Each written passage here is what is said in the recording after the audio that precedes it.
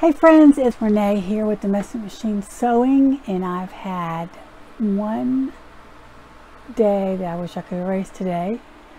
I was sewing a tutorial for y'all on this free pattern on the saddle bag by Blue Calla, and if there was one mistake made, there was 100 mistakes made, and then it started thunder and lightning. I had to stop it 1,000 times because of the thunder and lightning.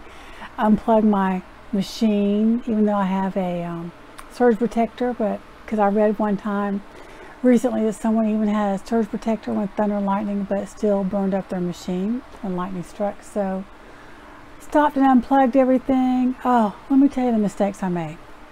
So here is the Blue Calla saddle bag, Sweet Pea saddle bag by Blue Calla. This is my first one. Turned out great. Didn't really have any problems.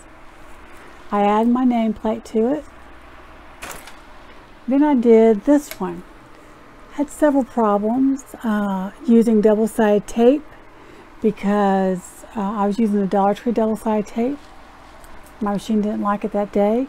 Messed up the handle 1,000 times, so I had to cut the handle off and make it shorter, but in order to make a crossbody bag I need it longer, so I added this hack. I'm not sure I like it, to it to make it longer. Did on each end. I don't know, but it's a pretty bag, and I did the tassels shorter because it's a little bag. The other one to me is kind of almost too long, but this one is shorter. But I think it's a pretty bag. I may still take it to the shop and sell it. I don't know, maybe a giveaway. Then today I was doing this one, and I mean, I was ready to cry. I was ready to throw in the towel and not do any more videos because I can sew, but when I do videos it's like I make one mistake after the other, and today I made 1,000 of them. First, I forgot to sew the D strap connectors on the gusset before I attached it to the front and back flap, or main body pieces. So I had to do that, and I add a rivet this time, which I like. And then on the flap, oh goodness gracious, let me show you what I did.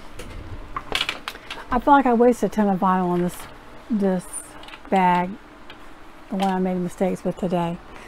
So I had to get a whole new front piece, because what I did, thinking I was a little smarty pants, I clipped and trim, you know how we do when we have a rounded edge, to make it fold over easy when you pull it out. Well, you don't want to do that, because when I did that, it made big humps when you turned it out. So I thought, well, I'll just put rivets all around here to hide the humps. I didn't want to waste that many rivets, and that would take longer. So I just undid all the thread and saved the flap, kept the flap, and just cut a new piece of vinyl out, and then I did it. It worked out. But then on the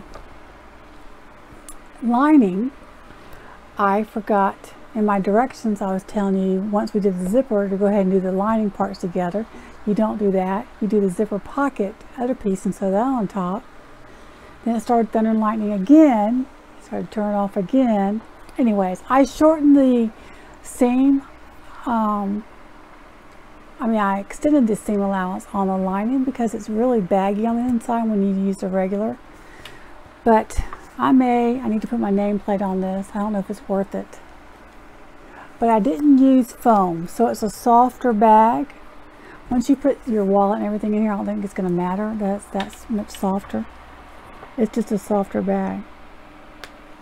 So that's what I was going to show you. So here's my recommendation. Go to Blue Calla's website, and watch her video on the saddle bag. I just totally was ready to stop videoing. I am so thankful that y'all continue watching. But here's the pattern pieces I cut out on cardstock.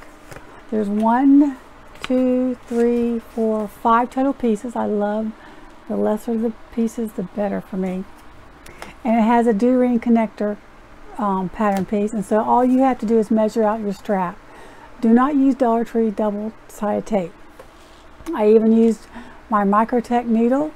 I kept cleaning it off and it messed up that tape so many, my strap so many times. I had to make a whole new one, and then it still messed that one up. And so I had to cut it off and do that little hack of adding extra length. I probably need to put a rivet there just to hold it better. I'm a little nervous about that. But I did use foam on the front and back pieces, not in the gusset, just Decaville Light in the gusset, and I used vinyl with fabric and then woven fuse. And I think I wish I would have used Decaville Light with the fabric because it's kind of flimsy. I mean, some people may like that. The bag's firm, more firm, but the flap's more flimsy. And this flap is firm because I used Decaville Heavy on one side, on the front piece. And then I used foam in the front, and I used Decaville Light on the sides. Anyways, go check out the pattern. You'll love it. And watch Blue Call's video because mine was totally, I went to edit it and I thought, this is ridiculous. I just cannot publish this.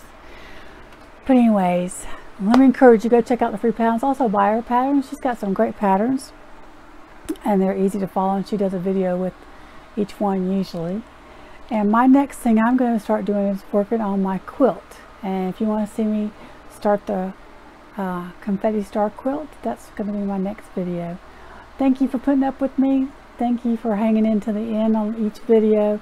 I appreciate if you give me a like. I don't deserve it, but I appreciate it. And if you subscribe, I would love that. I'd be grateful for that. And if you want to know when I post my next video about the confetti star quilt, just click on that bell and you'll be notified when I post my next video. I love you guys. Thank you for hanging tough with me. Sorry about the video this week, but hopefully next week it'll be a better week. Have a great day.